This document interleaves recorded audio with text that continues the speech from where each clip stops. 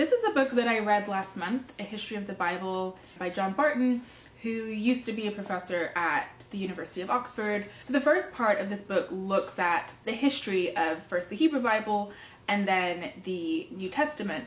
And by history, I mean who wrote the books of the Bible, what can be proven with historical evidence. So looking at, people like King David, who's talked about in 1st and 2nd Samuel, what historical evidence is there that this king actually existed?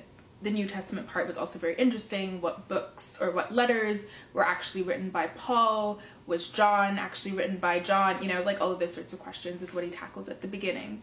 Then in the second part, he looks at the creation of the actual text. So how was the Hebrew Bible created? When was it decided that this was like a canon, a set number of books that couldn't be added or removed?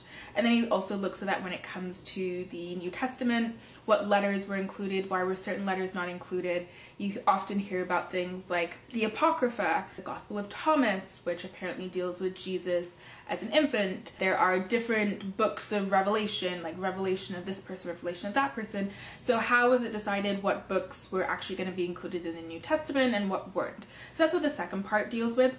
The third part is my absolute favorite, and that's the part that I'm currently rereading. He looks at biblical interpretation. I guess the person that I am the most interested in is looking at Martin Luther with the Protestant Reformation. That's like the split between Catholicism and Protestant or Christianity. And so looking at Martin Luther and his criticisms of the Bible and why that led to a splitting of the church. And then he looks at people since then. So today I was reading the section looking at Spinoza, his criticisms of the Bible, and how that then led to other people criticizing certain things.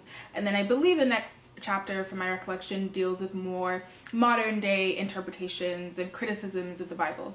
Absolutely amazing, fascinating book. If you're looking for a very accessible introductory book that looks at the history of the Bible, this is what I would recommend.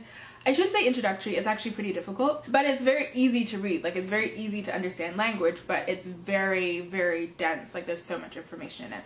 So anyway, I'm rereading this because I was listening to it primarily as an audiobook. And as I got to that last section, I was like, oh, this is really good. I want to take better notes. Okay, that kind of turned into a mini review. So I'll probably split this into 2 videos.